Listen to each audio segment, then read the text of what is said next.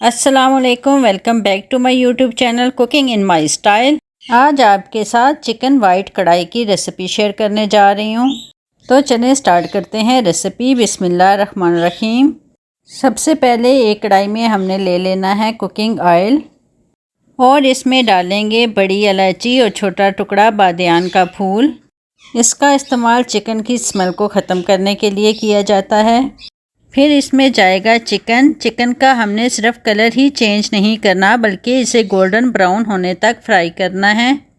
Chicken को इस्तेमाल से पहले 10 से 15 मिनट नमक और सिरका मिले पानी में भिगो दिया करें। इस तरह चिकन भी साफ़ हो जाता है और उसकी स्मेल भी ख़त्म हो जाती है। चलें जी, चिकन हमारा अच्छे से फ्राई हो चुका है। आप इसका कलर देख सकते हैं, लाइट गोल्डन हो गया है। अब इसमें डालेंगे अदरक लहसुन पेस्ट। अदरक लहसुन पेस्ट की रेसिपी मैं आपसे शेयर कर चुकी हूँ। आप देख सकते हैं ना इसका कलर चेंज हुआ है, ना ही जायका और ना ही ये जमा है। इसे बनाए भी तकरीबन 1 महीना हो चुका है। मैं आपसे इसका लिंक शेयर कर दूँगी। आप मेरे चैनल पर जाके ये फाइन सा पेस्ट बनाने की रेसिपी भी देख सकते हैं। चले जनाब, अब हम एक बर्तन में ले लेंगे फ्रेश दही। दही में 1 टीस्पून खुश्क धनिया पाउडर, 1 टीस्पून काला ज़ीरा डालकर इसे अच्छे से मिक्स कर लेंगे। चिकन और लहसुन अदरक का पेस्ट अच्छे से फ्राई हो चुका है। आप देख सकते हैं चिकन पर कितना ज़बरदस्त सा गोल्डन कलर आ गया है। अब इसमें जाएगा दही और दही को एक बार अच्छे से मिक्स कर लें। दही का पानी खुश्क होने तक हम इसे कवर कर लेंगे। यहाँ मेरे पास है काजू और बादाम, जिन्हें मैंने पानी में भिगो दिया था। हमने बादाम का छिलका भी रिमूव करना है।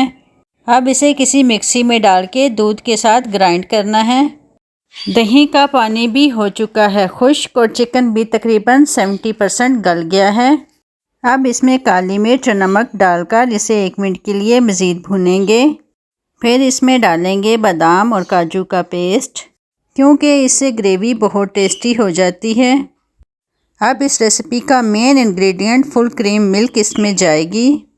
क्रीम को अच्छे से मिक्स करने के बाद इसमें पिसी हुई सब्ज़ मिर्च डालें और इसे 2 से 3 मिनट के लिए कवर कर दें। लें जनाब, मज़ेदार सी चिकन वाइट कढ़ाई रेडी है।